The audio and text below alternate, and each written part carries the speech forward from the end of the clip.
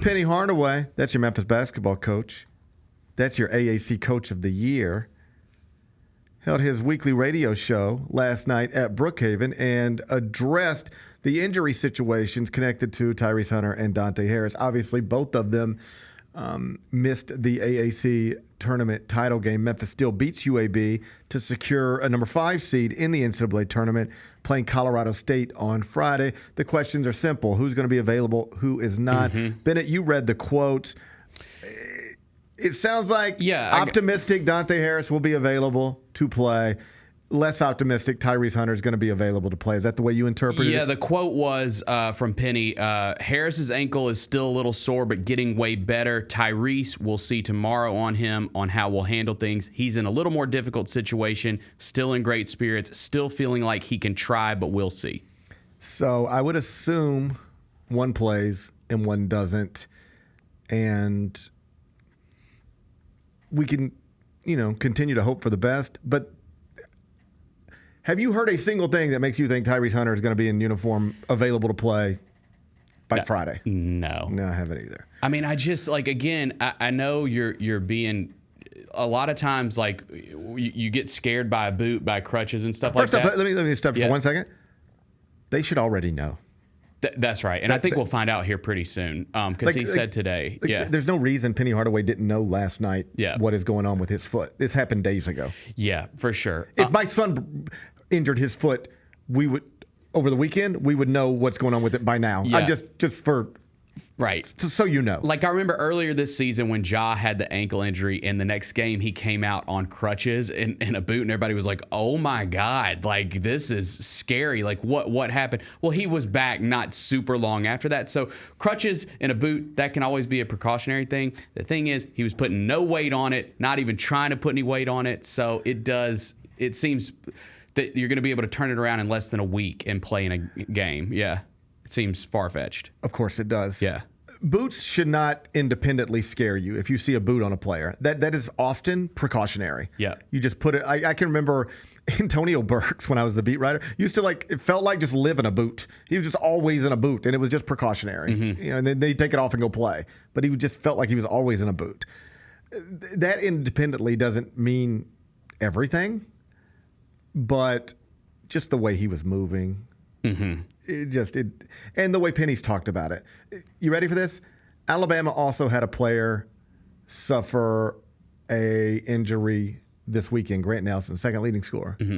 Nate Oates held his media availability last night. You know what he said? We got it back. It's not as bad as it could have been. We're hoping he's ready to go Friday. If not, at the latest Sunday. My point is, Yeah. And Penny is always tended to be pretty optimistic when it comes to these things. So yeah, they know what it is. Yeah. So not ideal. It stinks. You work so hard, and even in the NBA, when this type of stuff happens, because it's happened to the Grizzlies before. You're in a series with the Lakers, and now Ja's hurt or whatever. Yeah. Even when it happens in the NBA, it stinks. But you can sort of, in most cases, say, well, Ja will be back next year. And Des will be back next year. And Jaren will be back next year. And we'll try again. Yeah. There's not always a next year, but there is often a next year. Yep. In college basketball, you don't get that. This is it. Penny Hardaway will have this team for this season. He'll never have this team again. There is no running it back. All right? This is it. This is the team. Right. You get one shot at this. And now you made controversial, or at least unusual, personnel decisions just before the start of the season. You had to remake your entire roster, for the most part, in one offseason. And yet you still schedule aggressively in the non-league portion so that you can theoretically build up an at-large resume. But there was just as good of a chance, if not better, if we're being honest, that non-league schedule killed them. You realize that non-league schedule could have buried them. We could have known by middle of December, if they didn't play well against that non-league schedule, that they're going to have to win the AAC tournament. They could have done so much damage to themselves. And also lost confidence, just got beat down. Then the losses start to stack up. And then that's the end of your head coaching career. That's on the day this season started, if we're being honest, what was more likely? this was the last year of Penny Hardaway, or he got a 5 seed in the NCAA tournament?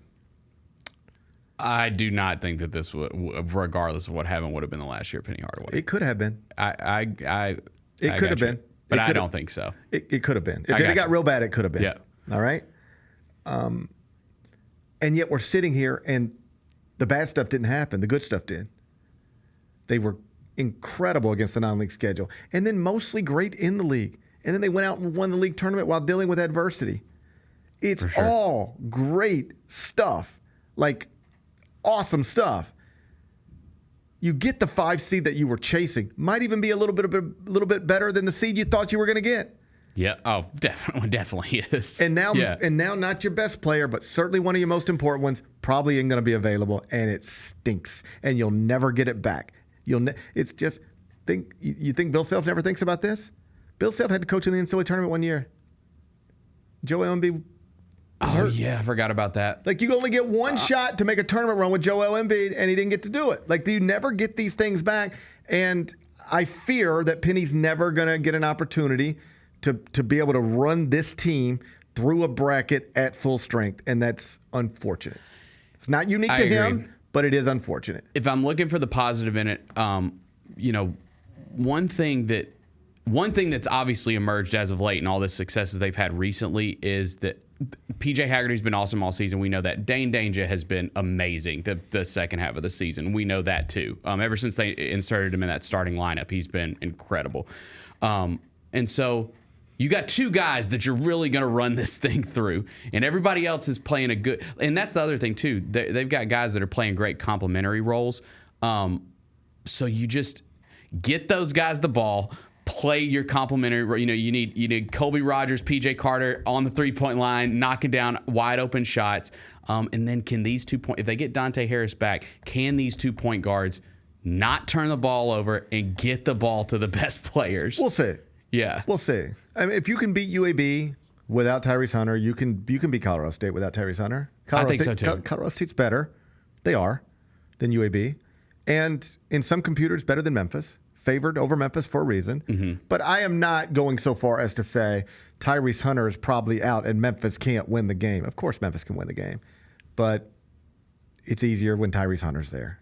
And if he's not, for sure, that stinks. Now, he, in fairness too, he has not had as good of a second half of the season as he did early. In that non-conference, he was killing it, Tyrese Hunter. Yeah. And then he got hurt. And his production hasn't been as consistent the second half of the season. It's, like I said, been more PJ Haggerty and Dane Danger, but clearly he's been a massive part of their success this season. I just like having somebody who's played in these games. I agree. He's played in these games. Yes. He knows what it feels like. He knows what it looks like. I like having him available. And most indications are that he likely won't be. And again, I hate it, man. I agree. I hate it. It's just unfortunate. You look at, and I hesitate to say every coach, but lots of coaches have these because the margins are so thin.